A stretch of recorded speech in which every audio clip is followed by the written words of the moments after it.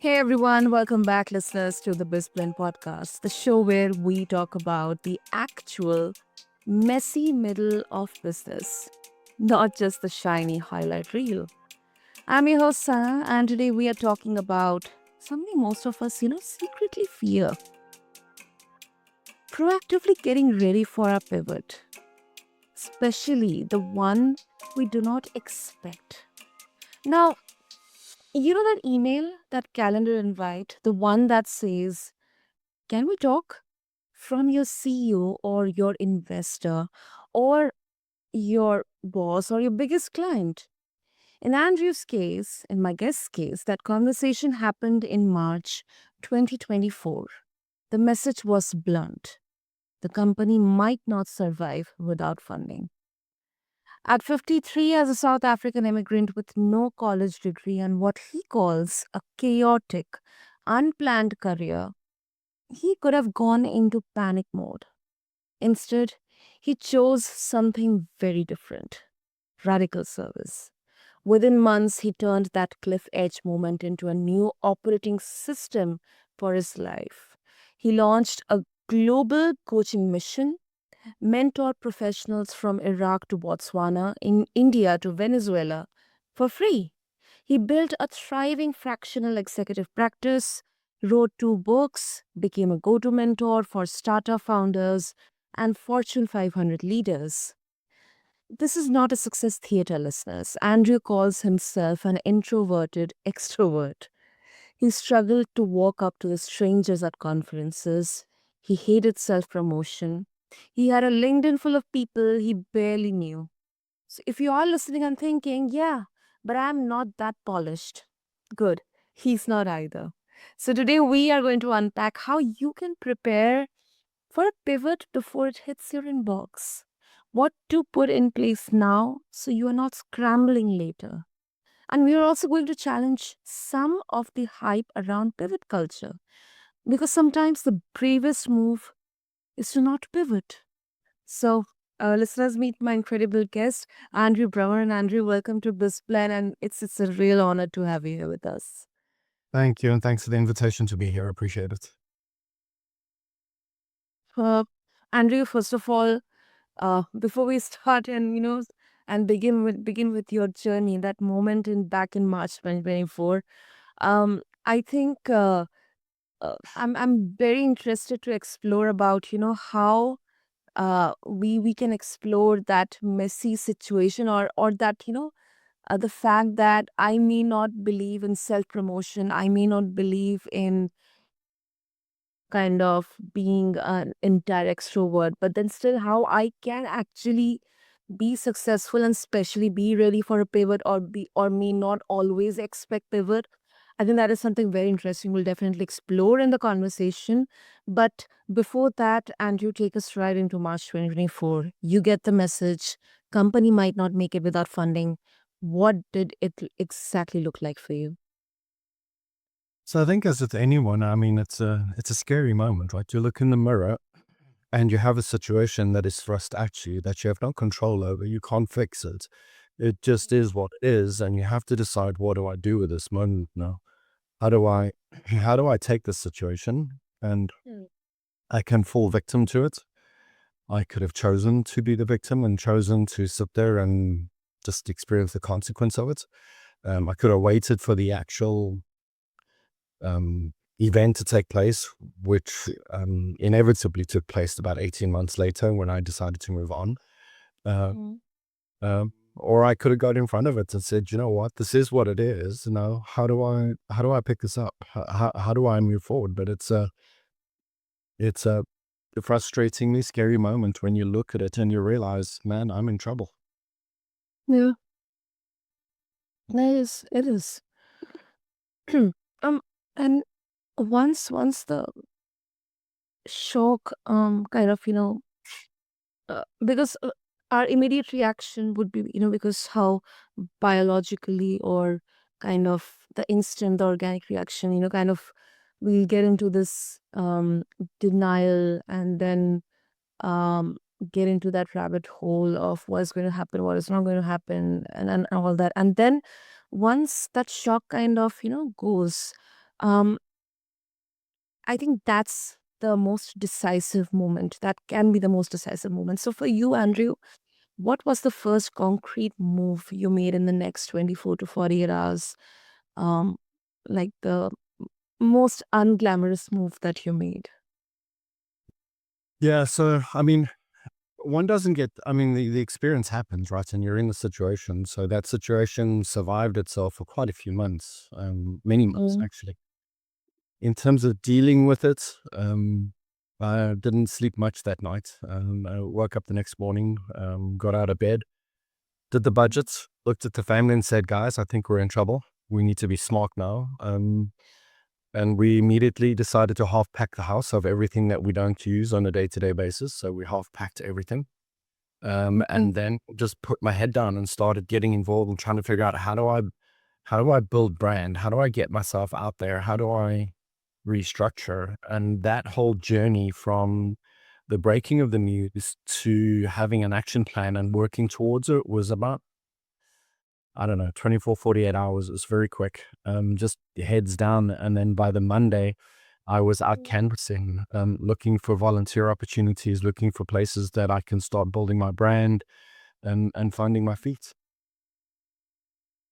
Mm. I think a Mm. lot of it is mindset. It's to allow the situation to to hold the better of you, or do you get in front of the situation and define what actually transpires next?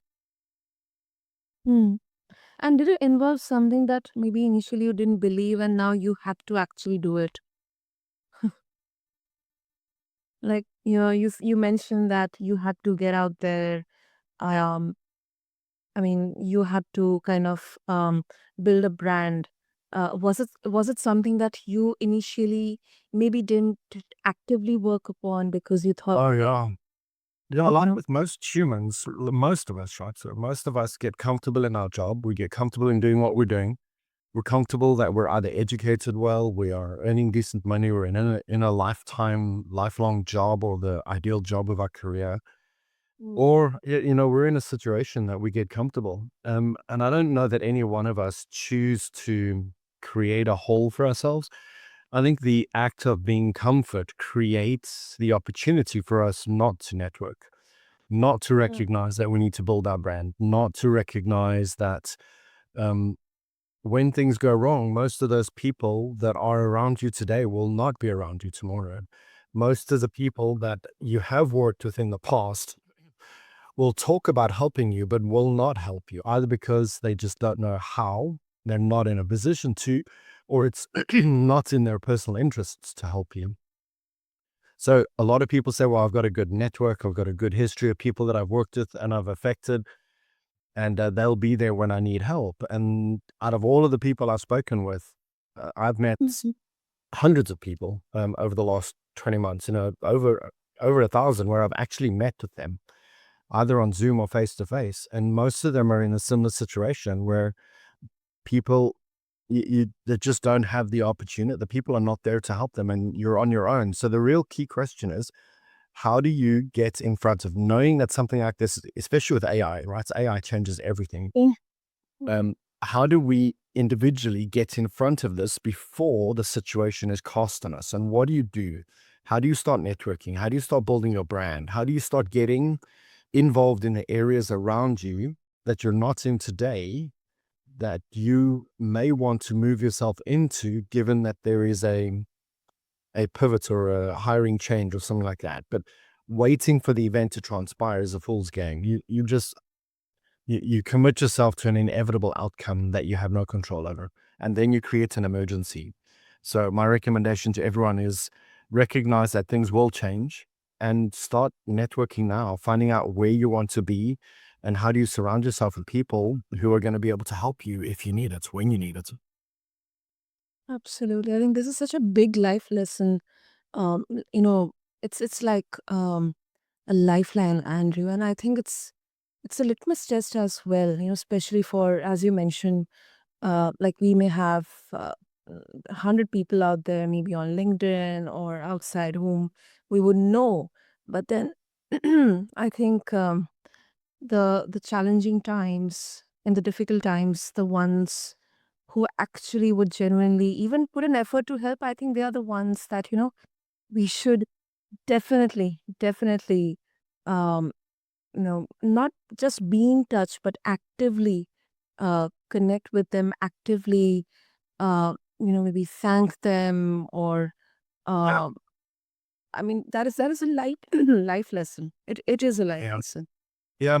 And, my LinkedIn network has grown by something like 6 or 7,000 people. It's a stupid number. The important number is that there are about 600 people that know me now that did not know me 20 months ago. There is about 100 of those 600 who have done something to help me. A book, introduced me to somebody, passed my name on, recommended me. And those 100 people I did not know 20 months ago. And there are 16 people that have done something that has fundamentally changed my career trajectory that I did not know 20 months ago. And Mm. staying in touch with those people, it's not about the maintaining a relationship with 7 or 20,000 people, however big your LinkedIn is. It's identifying those people in your network who have some sort of symbiotic connection with you, who recognize you as a human being, who listen to you, who talk with you, who get to know you, who you get to know them, and you stay in contact with them. And you just, people say it's just that, I've had many people say, well, the networking thing it's a long game and you're just not going to get there. I think my experience is testament to, if you go in with a view of helping people, not selling yourself, and not asking for anything, people will lean in and help you. And I have 600 names of people that I didn't know 20 months ago. I mean, 16 people have put their names on the line for me, in recommending me, putting me in, doing something for me that has transformed things for me. And the important thing is, I did not know them 20 months ago.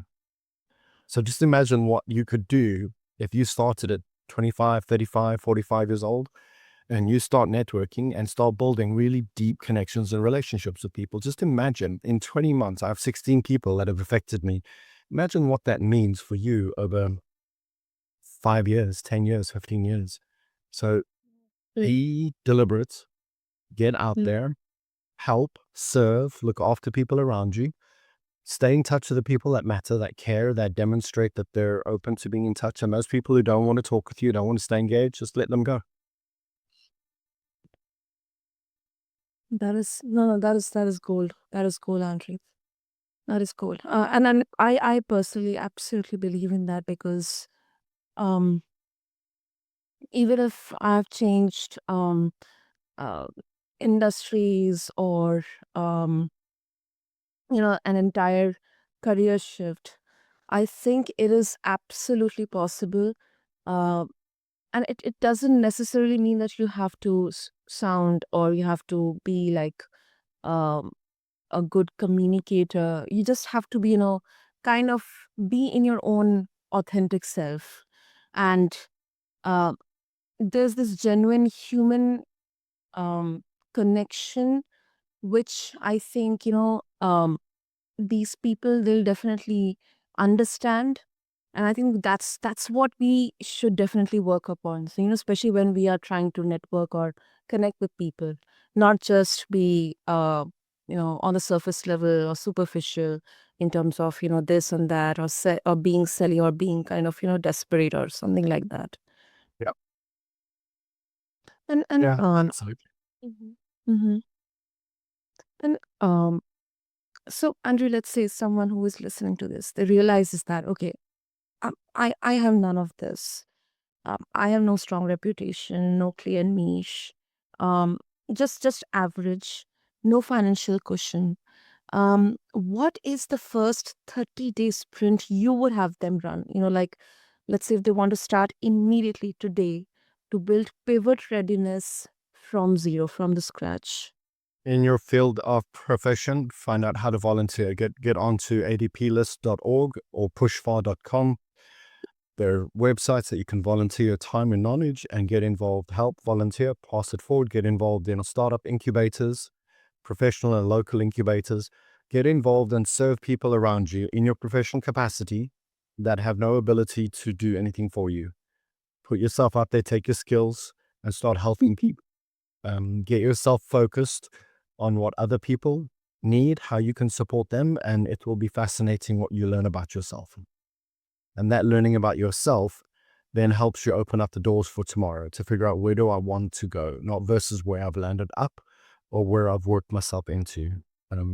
Because you volunteering and when you're serving other people brings out a true light in you of who you are, what you're about, why you do what you do, are you doing what you should be doing, and then start figuring out how you grow further into that to take things to a new place that you never thought or imagined could be possible. So that's the first thing. The second thing is get networking. Get onto LinkedIn. LinkedIn is the professional gravity hub. Get on there, start networking, start engaging with people, then sell, don't pitch, don't make yourself available, don't brag about how smart you are. Just reach out to people and say, hey, I love this space, would love to chat with you. Found this report, heard of this conference, found this paper, heard of this person. This person sounds like that they need to be introduced to you or need to meet you. Just start focusing on expanding that network, helping other people, volunteering, absolutely, and then get involved, get very active on LinkedIn to find the people that you're going to, that will resonate with you in your space and help introduce people. Take person A and introduce them to person B and get out of the way. Don't ask for anything in return. Just get moving. Those are the two fundamentals to get out there and meet people. Start, as part of your LinkedIn, just get out there and meet people. Go have coffees with people. In the age of AI, this world's going to change. We're not going to know whether we're talking with a bot or a human. So get out there and go meet people, have a cup of coffee, mess tomato sauce on one another, and go find your crowd, go find your team, go find your world. Exactly. I'm definitely going to personally also take this away, and urge all of our listeners, um, even if you think that no, this is not required for me or not needed right now, I would still urge all of you, to make a mental note or maybe um, uh, put this down in your journal, because um, this is the very human truth. Like, your future pivot is funded by how you show up today in a job you might secretly resent.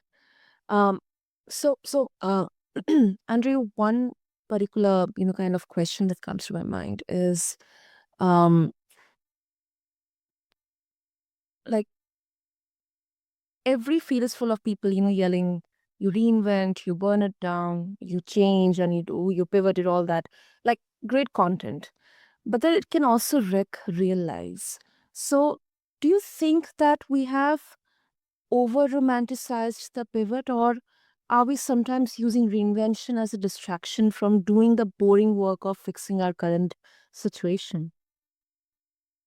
So reinvention is only usually done when we are faced with circumstances that are so uncomfortable that it forces our hand. If there's a big difference between reinvention versus making sure that you own your brand today.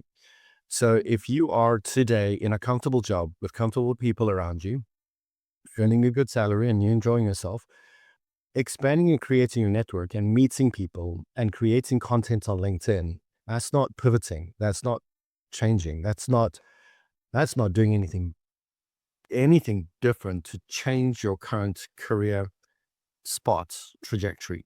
That's Mm. getting you ready for the future. And then if you land up in a situation where the rug is pulled out from underneath you and you need to go into a pivot or reinvent, then absolutely go there. I'm not advocating reinvention or pivoting just for the sake of it at all. Not at all. Mm. As far as we are, what my whole journey has been, and the book You Decide that I wrote, the You Decide book that is there, um, is about getting ready, getting yourself ready so that when that situation happens, that your hand is forced, that you need to move on or the world changes around you, that you've built a structure around you that can help you through it. If you are comfortable where you're at and you're earning a decent salary and you're enjoying your work, why on earth would you pivot? I wouldn't Yeah. reinvent. I'll go there. But being in that place and not networking, not making sure that you have people around you, not making sure that you don't know what bodies are around you, what forums where people get together, not having people that you get together with to go have a cup of coffee and talk about the world and life and what the world is doing and what the opportunities are outside of your comfortable friend circle that have been around with you for the past 5, 10 years. I think that's just silly today. I think anybody who is not networking, not expanding their visual opportunity horizon, I think when you will inevitably end up with a Dear Johnny letter where you are forced, your hand is forced, and then you will scramble. I can't tell you how many people I've met where their hand has been forced and they scramble and they're doing everything they can to find something else, and it's tough. It's really tough. It is, it is, it is, Andrew, because personally I have gone, and especially not in terms of the pivot, but the mindset shift, the mindset change. Earlier I used to think that, um yeah, I also do believe in uh, not doing a lot of self promotion, but then also think, and I also absolutely believe that it is it is definitely necessary to put yourself out there, the work you are doing, or maybe to be actively out there, because um you just never know what's going to happen. Because right now I think the the unpredictability thing has, like, uh it has, like, it's going top top the roof, and it's going, it's so much unpredictability in terms of jobs or careers or situations. So I think it's absolutely necessary to have that flexibility to accept that, yes, something which may work right now may not work maybe after 5 or 6 months or even a year after. So I think, yeah, I think I'm also absolutely, yeah. And the key is getting people around you. So it's not about who you know, it's about who remembers you when Mm. they're in a situation where something comes up, that they remember that you exist and they can talk about you because they remember that they remember you because either because of you, what you've done for them, how you made yourself memorable to them. And it's not pivoting for the sake of pivoting. I want to be very clear on that. It's just about getting ready. In my world, when I got there, when I had to pivot, I wasn't ready. I was in a boatload of trouble, and I'm a very, very proactive, highly throughput person. So, Mhm. and I'm very focused.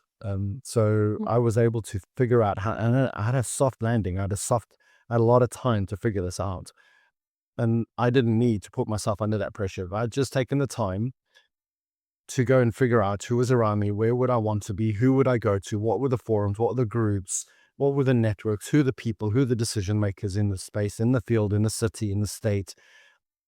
Then if I didn't do any of that, if I don't do that, if that happens to me tomorrow and I have to pivot again, well, you then fall into the echo or the shadow of other people that are going to dictate or help or tell you what you're going to do. I mean, you have a choice.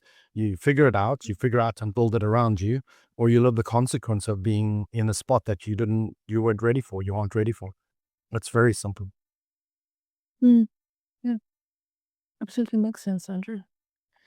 So before we wrap up, if our listeners, they would like to connect with you, Andrew, and they would also like to share their thoughts about this conversation, get hold of all the resources that you're sharing, what would be the best way?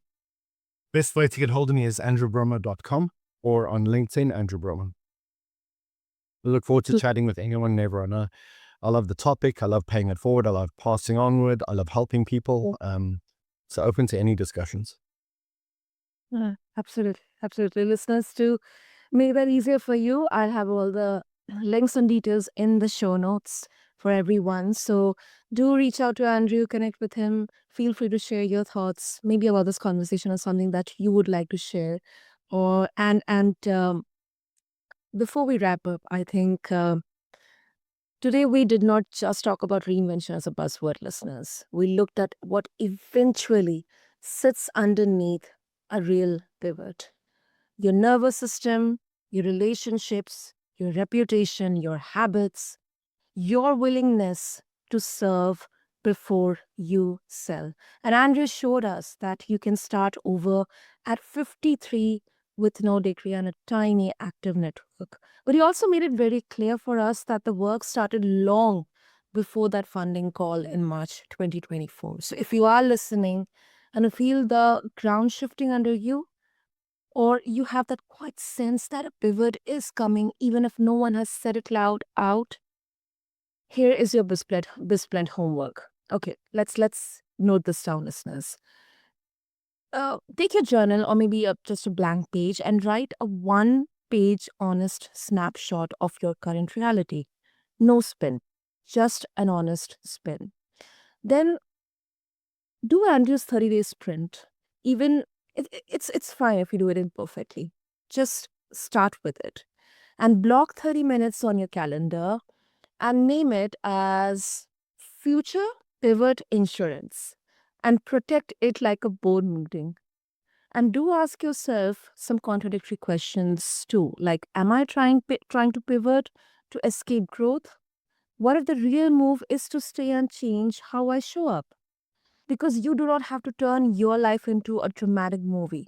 You just have to build the next version of you on purpose before circumstances force it. And Andrew, thank you so much for giving us a reality in a grounded, in a very pragmatic way. Thank you for giving us a blueprint as well through your journey. I mean, this is absolutely necessary. So thank you.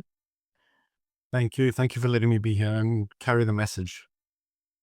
Superb, superb. And listeners, if this episode hit a nerve, share it with one colleague or friend or founder who is clearly standing at a pivot point and maybe pretending that everything is fine. Have the real conversation with them and send them this. Until then, you have been listening to BizPen with Sana, where we mix real talk, strategy, and humanity so you can build a business and life that can handle the plot twists. I'll see you in the next episode. Thank you.